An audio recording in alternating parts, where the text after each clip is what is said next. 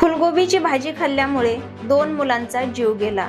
हा व्हिडिओ पहा. जेव्हा फुलगोबी शिजवली जाते आणि तेव्हा फुलगोबीचा कलर लाल व्हायला लागतो, तेव्हा असं समजून जायचं की ही फुलगोबी सापानं खाल्लेली आहे. सर्वांना माझी एकच विनंती आहे, जेव्हा भी तुम्ही फुलगोबी विकत घ्यायला जाता तेव्हा गोबी चेक करूनच घ्या, कारण थंडीचे दिवस असल्यामुळे साप त्या फुलगोबीमध्ये जाऊन बसत आहे. व्हिडिओला जास्तीत जास्त शेअर करा. तुम्ही एक शेअर केल्यामुळे कुणाच तरी जीव वाचेल.